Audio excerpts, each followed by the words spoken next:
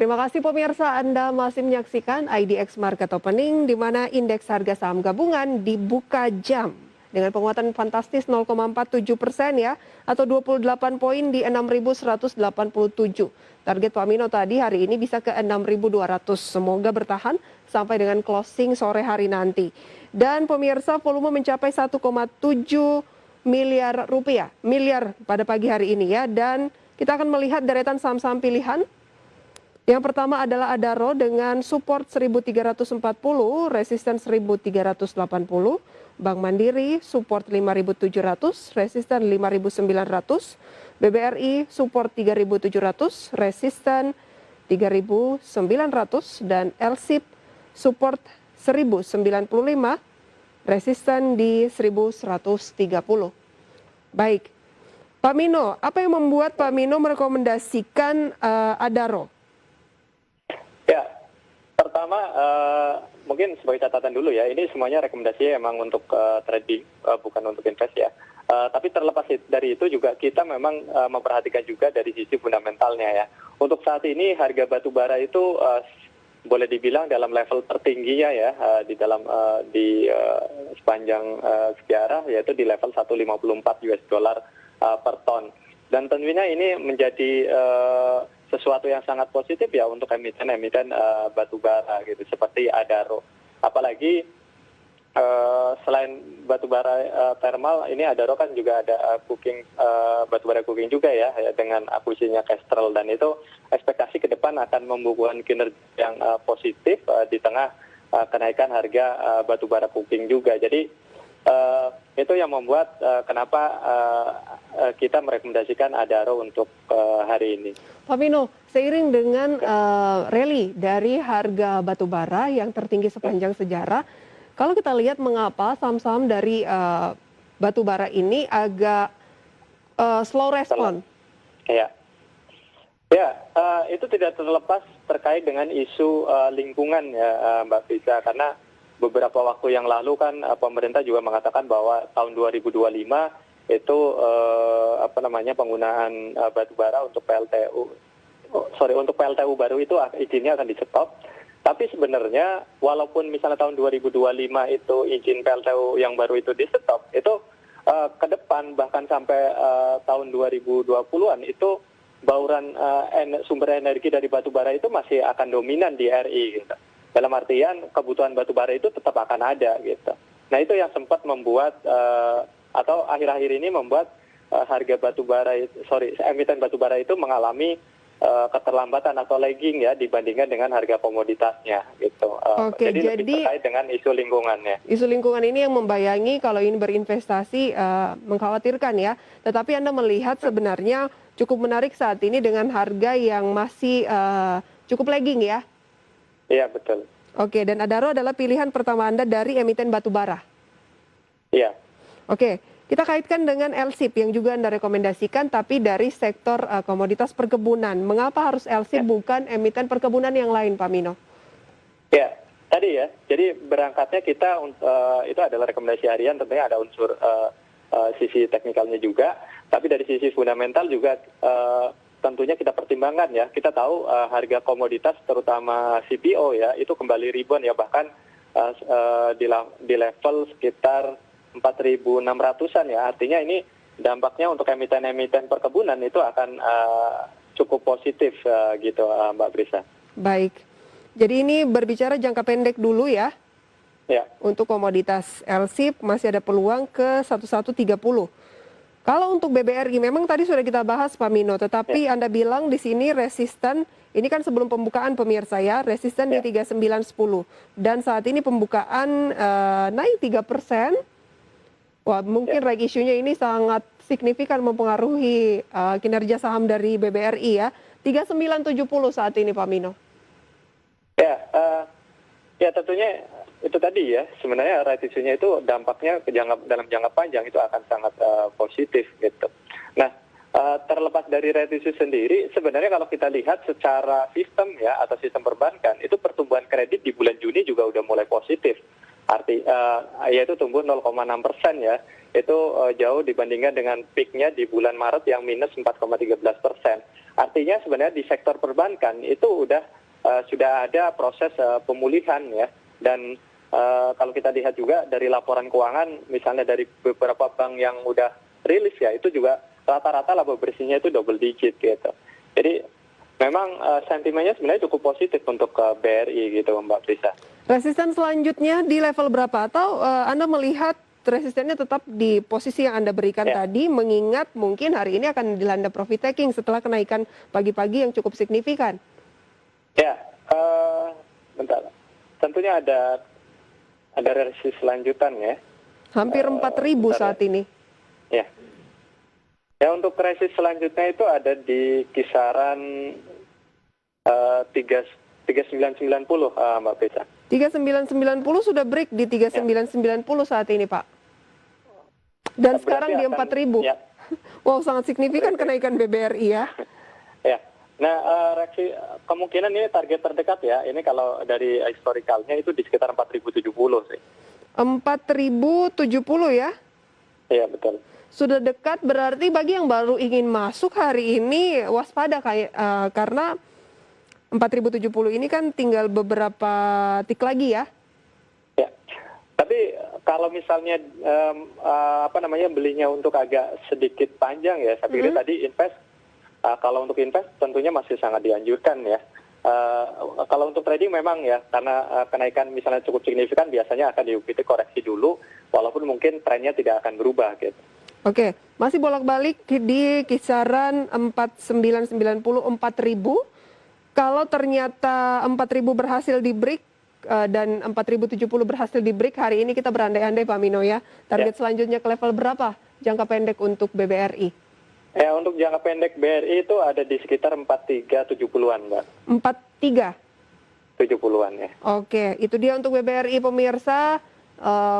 Keputusan investasi kembali ke Anda. Satu lagi tadi ya, Bank Mandiri, Pak Mino. Ya, untuk Bank Mandiri hari ini tadi kita rekomendasikan juga tadi ya, menguat juga. Jadi memang untuk sektor perbankan ini kan akan selaras terhadap ekspektasi ekonomi ya. Tadi ekspektasi ekonomi tentunya hari ini ada GDP, kemudian yang kedua adalah tren kasus COVID di kita itu udah mulai menurun, sedikit dikendalikan, artinya ada harapan bahwa ke depan pembatasan kegiatan itu bisa diperlonggar dan itu akan dampaknya ke positif ya, apalagi tadi pertumbuhan kredit di bulan Juni itu kan udah plus 0,6%. Itu tentunya sinyal yang cukup baik ya, walaupun ini masih jauh dari kondisi sebelum pandemi COVID-19 gitu. Tapi setidaknya itu jauh lebih baik dibandingkan dengan kondisi bulan Maret yang terkontraksi 4,13%. Oke, yang menjadi penantian hari ini kan tentunya rilis dari BPS data GDP atau pertumbuhan ekonomi di kuartal kedua. Kalau masih on the track sesuai dengan proyeksi tadi Pak Mino bilang, year on year 6,72%, month on month sekitar 2,69%. Apakah jangka pendek peluang IHSG akan dilanda profit taking atau masih akan melaju untuk hari esok? Ya, kalau misalnya angkanya sesuai ekspektasi mungkin ada peluang ya, misalnya 2,70 misalnya. Tapi kalau misalnya bisa di 7%, bukan tidak mungkin ini masih bisa lanjut gitu Mbak Prisa. Masih akan bisa berlanjut. Oke. Ya. Kita lihat pemirsa ya, update deretan saham-saham yang menjadi top gainers dan juga top losers pada pagi hari ini, dan tentunya masih akan berubah terus pemirsa ya. Kami update diantaranya adalah BBKP dengan kenaikan 8,75% di sekitar 570, BBRI tadi ya di sekitar 3.900-an, bahkan mencoba ke 4.000. BBYB naik 14,46% di 1.385 dan CENT naik 0,5% di 404.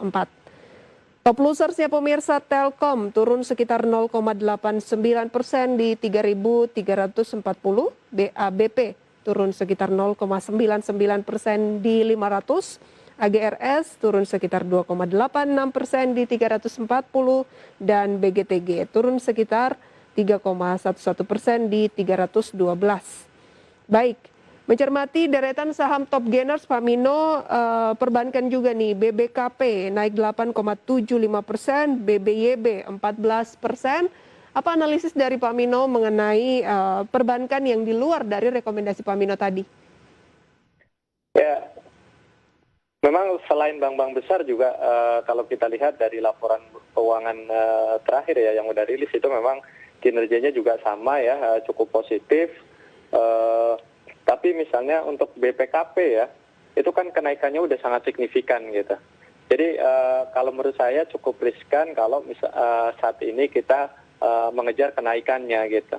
Jadi untuk jangka pendek atau untuk trading, saya pikir itu perlu waspada untuk BPKP karena naiknya udah sangat signifikan sekali, Mbak Lisa. Sudah sangat signifikan ya untuk BBKP. Ya. Kalau BBYB juga hari ini opening naik 22% di 14,80. Ya, ini juga fenomenanya cukup menarik ya. Ini kenaikannya bukan hanya hari ini, tapi boleh dibilang udah dalam waktu 5 hari terakhir ya. 5 hari terakhir mengalami kenaikan cukup signifikan, dan tentunya itu juga sebenarnya kalau menurut saya itu membuka peluang untuk ada koreksi dulu ya. Jadi kalau teman-teman yang udah pegang mungkin bisa sell on strength kalau menurut saya gitu. Sell on strength terlebih dahulu ya. Baik, Ya. itu dia rekomendasi dari top gainers maupun juga top losers. Kita ke net foreign buy. Kita tahu bahwa indeks harga saham gabungan dilanda aksi beli dari investor asing hari ini saja 116,7 miliar rupiah. Sementara untuk satu pekan sekitar 385 miliar dan untuk satu bulan terakhir Pak Mino hampir 3 triliun rupiah.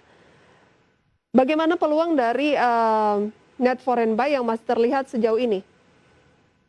Ya, memang asing masuk mungkin karena optimis ya bahwa ke depan ekonomi kita akan membaik, dan tentunya ini akan berdampak terhadap kinerja dari emiten-emiten yang tercatat di bursa kita gitu. Jadi mereka kembali masuk ke pasar modal kita gitu, Mbak Prisa. Ada tidak Pak Mino sektor-sektor yang perlu dihindari untuk sementara waktu karena kan tentunya terjadi diversifikasi, tidak mungkin sebuah sektor naik terus, ada siklikal gitu, dan mungkin saat ini sektor tersebut waktunya untuk turun. Ya, dari sisi sektoral memang saat ini yang masih cukup terkena adalah sektor-sektor yang berkaitan dengan transportasi misalnya, kemudian sektor perhotelan, kemudian kesehatan juga cenderung dalam waktu beberapa terakhir mengalami tekanan ya. Tapi untuk sektor-sektor yang lain harusnya ke depan akan positif ya, misalnya masih akan positif, misalnya sektor infrastruktur, subsektor telekomunikasi misalnya, kemudian sektor keuangan juga harusnya trennya ke depan akan lebih positif. Keuangan, kemudian telekomunikasi, dan komoditas saya lupa tadi. Dan komoditas. Sementara yang harus dihindari dulu yang berkaitan dengan transportasi, kemudian juga kesehatan.